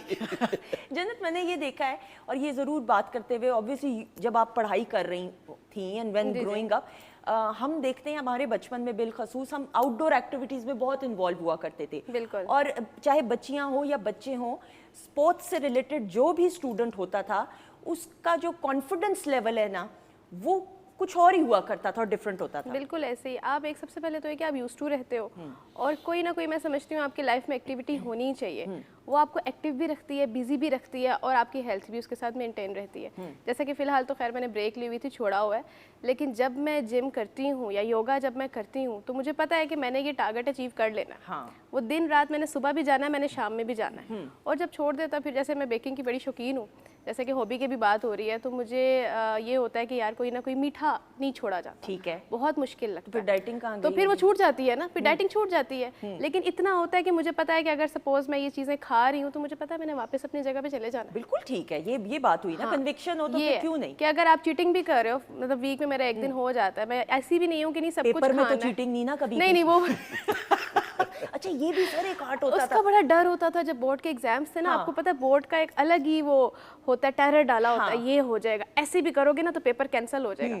तो मुझे आज भी याद है कि जब मैं अपने बोर्ड के एग्जाम्स दे रही थी ना, तो मुझे यही डर था। इवन की पेपर शीट एक्स्ट्रा लेनी थी ना, तो मुझे ये रहा था कि ये भी एग्जामिनर जो है ना, हमारा इन्विजिलेटर जो होते हैं, तो ये ना हो कि ये छीन ले मेरे से। इतना खौफ था, यकीन करें पहला दिन तो मुझे समझ नहीं आ रही थी कि मैं इधर भी देखूं कि ना देखूं। ऐसा ही। अच्छा, मेरा तो ये होता था जब हमारा ओए लेवल्स का था एग्जाम, वो तो हो गया। जब बैचलर्स का था, उसका मिजाज डिफरेंट था ऑब्वियसली। उसमें कहा गया था कि आपने इस तरह आंसर करना है, वो तो शीट पे शीट में। अच्छा, वो एंड में इन्विजिलेटर यासिर आ ही गई मेरे पास, उनका बेटे आप ठीक है? मैंने कहा क्यों मैडम? कहती अब शीटों पे शीटें। मैंने कहा मैडम ये तो अच्छी बात है। मैंने कहा जो मुझे आ रहा है वो भी लिखना है, जो नहीं आ रहा वो भी लिखना है, कम से कम कुछ तो मार्क्स मिल जाएंगे। अच्छा, वो एक माइंडसेट बना हुआ होता है ना कि बोर्ड का पेपर है। हालांकि बोर्ड का पेपर जब मेरे पास आया था ना लाइफ में फर्स्ट टाइम, तो मुझे तो वो सबसे आसान लगा था, है ना? हाँ। और वो एक फोबिया दिमाग में एक माइंडसेट बनाया हुआ था लोगों ने, बस एक डर है पहले से डर डाल देते हैं ना, वो बड़ा खराब। अच्छा, लड़कों के बारे में ये कहा जाता है, सब लड़कों के बारे में नहीं है, मैं डिस्क्लेमर देते हुए, कि जैसे अल्लाह ना करे अगर आपने चीटिंग करनी है, अल्लाह ना करे ऑब्वियसली, तो एक खास अंदाज से वो रबड़ पे लिख दिया, कभी कोई सिग्नल्स हुआ करते थे कि ये है तो ये आंसर है, एमसीक्यूज के अंदर अच्छा, मुझे ये लगता है कि ये चीज़ें मेरे माइंड में तो बिल्कुल भी नहीं आई ठीक है। कभी भी, ऑनेस्टली। तो मुझे ये था कि मेरा कोई भी पेपर होता था ना, तो मैं पेपर की तैयारी नहीं करता था, बस मैं वो कॉन्सेप्ट ले लेता था, वो हेडिंग होती थी मेरे पास माइंड में, तो मैं उसको एक्सप्लेन कर लेता था। तो मेरे ख्याल से कि जो माइंड सेट इस हिसाब से अगर आप पेपर देते हैं ना, तो आप कभी भी फेल नहीं हो बिल्कुल और ऐसा ही। रट्टा नहीं लगाते। रट्टा नहीं हाँ, लगा। ये बात एनालिटिकल थिंकिंग जो है ना वो। अमन, आप पढ़ाई में कैसी थी? अच्छी थी, वेरी गुड। कितनी अच्छी थी? नॉर्मल थी। आप सिंगिंग सबके पोल खोल रही है। नहीं, उस टाइम ना बिल्कुल ये जिस तरह जन्नत ने बात की है कि बोर्ड के जब पेपर होते थे तो बाकायदा कुछ खाया नहीं जाता था, खौफ क्यों पिया होता नहीं था बोर्ड के पेपर्स बहुत से? ज्यादा मुझे ये लगता था कि पता नहीं हमें कोई सजा है कि कोई सजा सुना दी गई भी है और उस पे हमने पूरा उतरना। दादी को बुलाया जाता था, तस्बीह पढ़ी जाती थी, फूंक मारी। फूंक भरवाई जाती है। बिल्कुल ऐसे ही है। सर, आपने तो ब्यूरोक्रेसी और फिर पढ़ाई एंड एवरीथिंग, आप कैसे स्टूडेंट थे? I am sure you must be brilliant. मैं एक्चुअली मीडियोकर स्टूडेंट था। Okay. लेकिन मेरे जो बीए में जब मेरे प्रिंसिपल थे एमए के सुंबल साहब, माशाल्लाह, हमारे एक अब्दुल्ला सुंबल साहब, याद होगा, यहाँ हमारे ब्यूरोक्रेट थे बड़े, बिल्कुल। उनकी डेथ हुई, उनके वो चचा भी थे। तो वो मैं 4th ईयर में था तो मैं फर्स्ट ईयर की क्लास को पढ़ाता था। ठीक। Even being 4th year student मैं Okay. उनको क्लास लिया करता था। मेरे प्रिंसिपल साहब पीछे आके बैठ जाया करते थे आके। तो मैं बैक वक्त मेंबर ड्रामेटिक सोसाइटी का भी था। Excellent. मैं अलफ्रीद रसाले का इंग्लिश का एडिटर भी था। Excellent. मैं क्रिकेट का कप्तान भी था वहाँ। तो इस तरह मुख्तलिफ चीफ प्रॉक्टर भी था मैं। तो काफ़ी सारे मेरे पास थी चीज़ें। तो वो एक्सपेक्ट कर रहे थे कि ये टॉप करेगा आके। तो जब मेरा रिज़ल्ट आया तो मैं 2nd डिवीज़न में पास हुआ था।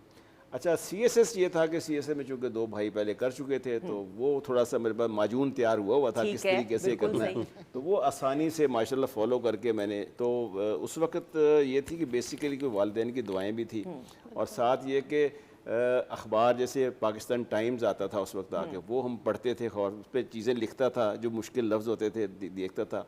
तो मेहनत का एक जज्बा था, एक मंजिल सामने थी। आजकल जो आज का जवान है वो ये कहता है कि मैं बस यूं लैंप रगड़ूं और काम हो जाए हाँ, आके। नहीं ऐसे मुमकिन नहीं। कामयाबी हासिल करने के लिए जो आप कंपाउंड एफर्ट करते हैं ना, ग्रेजुअली, कंसिस्टेंटली और वन डेली बेसिस पे, वो आपको बहुत आगे ले जाती है और आपके लिए स्टेबिलिटी का बायस और बनती सर, है। मुझे लगता है अगर आप पहला कदम लें और गिर भी जाएं या लड़खड़ा भी जाएं, उसका भी एक अपना मजा है। Absolutely. उससे आप में हिम्मत और ताकत पैदा होती है बिल्कुल। और आगे बढ़ने के लिए। बढ़ने की ये इसमें देखिए बात यही है ना कि हमारे यहाँ जो है एक कॉन्सेप्ट जो पाकिस्तान में इस वक्त चल रहा है, मौजूदा दुनिया के 21वीं सदी का, वो यही है कि यार कि मैं अगर कोई गाना गाऊं तो रातों रात में पॉपुलर बन जाऊं। ये होती है फीलिंग आके।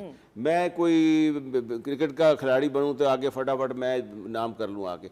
लेकिन आप देखें कि हमारे रीजनल कंट्रीज़ के अंदर जो अदाकार हैं, क्रिकेट है, अगर आप उनकी लाइफ में देखें, उनकी कंसिस्टेंटली एक कंपाउंड एफर्ट है जो कि ग्रेजुअली चलती है और हासिल भी ज़िंदगी में वही होता है जो इस तरह होता है। बिल्कुल। जो जल्दी में तेज़ी से हासिल की शोहरत, जैसे उन्होंने कहा था, यासिर कि ने, साथ ही आप वापस चले जाते हैं। ऐसा ही, बिल्कुल। तो इसलिए आपके अंदर वो चीज़ होनी चाहिए जो कि ता जिंदगी कायम रहे। बिल्कुल। और जन्नत, मैं ये देखती हूँ ख़वातीन-ओ-ज़ात के, और ये मेरा मानना है, मेरी ज़ाती राय, हो सकता है आप इससे इत्तेफाक ना करें, आपकी राय सर आंखों पे, कि सक्सेस या तरक्की या आप अपनी मंजिल तक पहुँच ही जाते हैं, कुछ लोग पहले पहुँचते हैं, कुछ लोग बाद में, लेकिन उस सक्सेस को बरकरार रखना, असल हुनर और आर्ट तो ये है कि खुदा ना खास्ता गरूर और तकब्बुर में इंसान इतना ना मुब्तला हो जाए कि भूल जाए कि वो मेरा रब जो फर्श से अर्श पे लेके जाता है वही अर्श से फर्श पे भी ला सकता है, अगर इंसान में वो आजी और इनकसारी ना हो।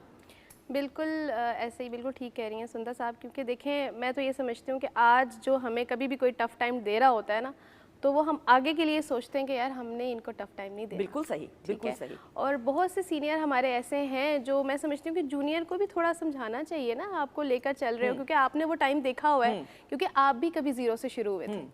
अगर आज किसी का टाइम है ज़ीरो से शुरू होने का, तो इंसान को अपनी, कहते हैं ना, औकात याद रखनी चाहिए। तो वो चीज़ें, जो चीज़ें याद रखता है ना इंसान, वो मेरा ख्याल है हमेशा कामयाब है। ऐसा ही। और आपको सीखने वालों की फहरिस्त में भी होना बिल्कुल। चाहिए और सिखाने वालों की। और अल्हम्दुलिल्लाह हम जब पाकिस्तान में अपने सीनियर्स की, एक्टर्स की बात करते हैं, सारे जितने भी सीनियर सीजन्ड एक्टर्स हैं, सर मैं तो मोहम्मद कबीर खान साहब मरहूम की बात, ओह यस, क्या कमाल। मैं कहता हूँ कि लास्ट टाइम मुझे याद है, मैंने उनकी डेथ से पहले मेरे मॉडल टाउन आए थे और वो उनसे वो वक्त भी याद है जब उनसे क्रिकेट का मैच खेले थे हम। मेरे काफ़ी मैचेस हैं जो कि हमने क्रिकेट में शोबिज़ में अदाकारों के साथ खेले थे। उसमें हमारे जावेद शेख साहब भी थे, ये इनके साथ खेले, गुलाम मोहिउद्दीन साहब के साथ खेले मैचेस, रंगीला साहब के साथ रंगीला खेले। साहब। ये सिविल सर्विस एकेडमी के ग्राउंड के ऊपर हमने मैच खेले थे। फिर उसके बाद जैसे शान, सऊद और ये हमारे रंबो, इनके साथ रेस कोर्स पार्क में मैंने मैचेस खेले। सर रंगीला साहब का आप जिक्र किया तो अब वो तो मुकम्मल किए बगैर रंगीला साहब से मुलाकात। रंगीला साहब जो थे ना वो एक नेचुरल वो थे, वो कभी ऐसे नहीं बनावटी नहीं काम करते थे, जो भी वो काम करते थे अपनी हरकत और सकनात का भी सहारा लेते थे। असल जिंदगी में सीरियस थे। हाँ डेफिनेटली वो एक देखें परफॉर्मर थे। अगर आप उनकी फिल्में देखें, दिया और तूफान देखें, और वो जिसमें वो कहते हैं बताया दुनिया वाले ये कैसी तेरी बस्ती है, कहीं है गम कहीं खुशी कहीं पटाखा मस्ती है, तो आप देख रहे हैं आज कहीं खुशी है कहीं गम है और दुनिया चल रही है। तो उन्होंने बहुत पहले इन चीज़ों को परसीव किया था, उसको उन्होंने अपने गाने की शक्ल में किया था। और एक हुस्न की देवी से मुझे प्यार हुआ था। रंगीला साहब की बहुत खूबसूरत चीज़ें हैं। और रंगीला साहब को देखें, कॉमेडियन में आप देखें, लहरी साहब को देखें तो वो चेहरा नहीं बनाते थे, ऐसा ही वो सिर्फ गुफ्तगू से हंसाते थे।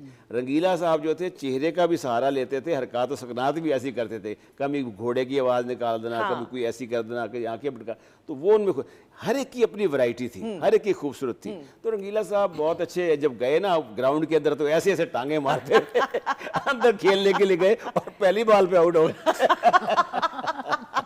तो वो बड़ा अच्छा उनके साथ रहा टाइम हमारा। सलीम शेख भी खेलते हैं, अब भी हमारे से मैच हुए थे। जो लास्ट मैच हमने 22 का खेला था, रेलवे स्टेडियम में खेला था, तो उसमें शोबिस की टीम ही थी हमारी, तो उसमें सलीम शेख की टीम बनाई थी, तो हमने इनको हरा दिया। हमारी सिविल सर्वेंट्स की टीम थी आगे, वो बड़े अच्छे खिलाड़ी थे आगे। हम कोई प्रैक्टिस नहीं करते थे, लेकिन वो खिलाड़ी जो को हम तो खैर कभी इसी खेलते थे आगे, चलो यार खेल लिया मैच आगे, लेकिन कुछ ऐसे खिलाड़ी हैं, यंग ऑफिसर थे जो प्रैक्टिस भी करते थे थोड़ी बहुत आगे। तो हमें माशाल्लाह एक बड़ा एक लाइफ का एक खूबसूरत इम्तिजाज रहा स्पोर्ट्स का, हर चीज़ का, यानी कि आपने खेल भी रखा, एंजॉयमेंट भी की, बाहर की इंटरनेशनल टूरिंग माशाल्लाह जो सर्विस के दौरान हुई है वो एक बड़ा खुशगवार। और आपके बारे में ये भी मशहूर है, कता कलामी की माफ़ी, के फॉरेन टूर्स पे आप हमेशा अपनी बेगम को साथ लेके, ये खुशी खुशी लेके जाते थे या उनकी भी फरमाइश होती थी? मेरी बेगम साहबा जो हैं वो कहती थी कि आप वहाँ जाएंगे, मैंने कहा वो आपको सरकारी घर कमरा मिलेगा ना रहने के में, तो टिकट मैं अपना ले लेती हूँ। मैंने कहा ठीक है जनाब ले लो आप। अच्छा ये उनको यकीन था कि आप लेके नहीं देंगे उनको टिकट? नहीं, उन्होंने, ये रिकॉर्ड होल्डर है, मैं रिकॉर्ड होल्डर हूँ कि इस लिहाज से कि जब से मेरी शादी हुई है मैंने बाहर के दुनिया में बगैर उनके ट्रैवल ही नहीं हाँ, यही तो बात है। इतनी माशाल्लाह ट्रैवलिंग की है काफ़ी दुनिया में मुख्तलिफ कॉन्फ्रेंसेस के अंदर, तो she was always with me. आज जब होता है तो वो याद करती हूँ, वो रशिया गए थे, वो याद है, वो तो वो मुझे खुशी होती है कि चलो यार कुछ तो हमारा रिकॉर्ड चल रहा है। ऐसा ही, और यही ख़वातीन हज़रात ज़िंदगी की खूबसूरती है। अल्लाह ताला ने जो ये खूबसूरत रिश्ता बनाया है शादी की सूरत में, इसको उम्दगी के साथ, और ये याद रखिएगा कि ज़िंदगी की गाड़ी जो है एक तवाज़ुन के और बैलेंस के साथ तभी चलती है जब मियाँ और बीवी की जो सोच है और जहनी आहमगी हो और एक पेज पे जब होते हैं तो ज़िंदगी बड़ी खुशगवार गुजर जाती है। यही ज़िंदगी का हुस्न है और जन्नत हम देखते हैं पाकिस्तान में भी। एंड देन आपकी फैमिली की भी बात करें तो फैमिली की सपोर्ट अगर हो, पहले लड़की के लिए मियाँ की सपोर्ट बाद में होती है, लेकिन पहले तो घर के बड़े की, चाहे बाप की सूरत में हो, भाई की सूरत में हो, दादा या नाना की सूरत में हो, तो a girl can do wonders in life. बिल्कुल ऐसे ही है सुंदर। अगर आपके पास, आपकी कहते हैं ना कि आपकी कामयाबी के पीछे हाथ होते हैं सबके, तो आपके पास आपकी फैमिली की सपोर्ट होना बहुत ज़रूरी है। तो मैं कभी भी सेट पर आई हूँ तो मेरे साथ मेरे हस्बैंड मौजूद रहे हैं, कभी भी मैं अकेली नहीं गई। जैसा कि अभी सर ने बताया कि उनकी मिसेस साथ जाती रही हैं, तो हमने भी जितने भी आज तक प्रोग्राम्स किए हैं वो हम साथ कोई भी चीज़ हो रही है वो मेरे साथ हम देख रहे हैं, ये मैचिंग है, ये चीज़ नहीं चलेगी, ऐसा नहीं है। मतलब मैं समझती हूँ आधे से ज़्यादा चीज़ें तो अब उन्हें पता लगी नहीं, इस सेट पे ये नहीं, ये चलेगा, अब ये नहीं, हम ये पहन लेते हैं, ऐसे कर लेते हैं। मुझे लगता है आपको तो गुस्सा भी नहीं आता होगा, आवाज़ इतनी बारीक है, गुस्सा आता भी होगा तो आवाज़ किधर जाती होगी? बहुत आता है। आता है गुस्सा, आवाज़ किधर जाती कभी है? होता है अगर प्यार आता तो मैं कहती हूँ इंतहा, और अगर गुस्सा आता तो मेरे से बुरा कोई नहीं। अरे, बड़ी खतरनाक हैं आप तो। मेरे ख्याल में इसी पे मैं खुदाफिज इसलिए कह रहे हैं लिहाज में कि खुदाफिज कर ख़वातीन और हज़रात, लाइव प्रोग्रामिंग है और वक्त का वाकई में नहीं पता चला। अपने मुअज़्ज़ज़ मेहमानों का शुक्रिया अदा करते हुए, sir thank you, honour as always, thank you so much. अल्लाह ताला आपको कामयाबियाँ दे, लंबी उम्र, अच्छी सेहत अता फरमाए, आमीन सुम आमीन। थैंक यू, बहुत शुक्रिया। और बहुत शुक्रिया जन्नत, थैंक्स टू यू सुनत कि आप याद रखती हैं, आप बुलाती हैं और हम आते हैं और पीटीवी का हम एक हिस्सा बनते हैं। क्योंकि पीटीवी में सिर्फ जो है आप एक चैनल नहीं है, ये हमें बहुत कुछ सिखाता भी है। ऐसा ही, बिल्कुल ऐसे ही। थैंक यू, जीती रहिए, खुश रहिए। Yasir thank you so much. बहुत शुक्रिया आपने इनवाइट किया। और एक बात मैं आपको करना चाह रहा था कि जितने भी चैनल्स पे हम जाए ना, तो ऐसा लगता है कि बस वो चैनल्स ही हैं वो जिस तरह, लेकिन ये पीटीवी हमें ऑनर फील होता है जब हम पीटीवी में आके काम करते हैं, यहाँ पे आके परफॉर्म करते हैं, अपना आपके साथ बातचीत करते हैं, तो बिल्कुल एक तो फैमिली इन्वायरमेंट लगता है, दूसरा हमें बहुत फख्र महसूस होता है कि हम पीटीवी की तरफ से काम कर रहे हैं। बहुत शुक्रिया, thank you so much, I hope you enjoyed, thank you, बहुत you, शुक्रिया Aman, thank you, Thank you so बहुत much. शुक्रिया, आई दुआ होप करें कि अमन रहे। हाँ अमन रहे, आमीन आमीन आमीन, ऐसा ही अच्छा इंशाल्लाह। सोचिए अच्छा होगा। Fatima thank you so much. ख़वातीन और हज़रात आपका भी बहुत बहुत शुक्रिया। ये ज़िंदगी है, ज़िंदगी को भरपूर तरीके से अपनों के साथ एंजॉय कर लीजिए, यही वो सुनहरी यादें हैं जो फिर इंसान को बाद में याद आती हैं। अपने रब की दी गई नेमतों रहमतों बरकतों का हर लम्हा हर घड़ी शुक्र अदा करके ज़िंदगी गुजारिए, क्योंकि मेरे रब को शुक्रगुजारी पसंद है। हमारी तरफ से खुदा हाफिज़।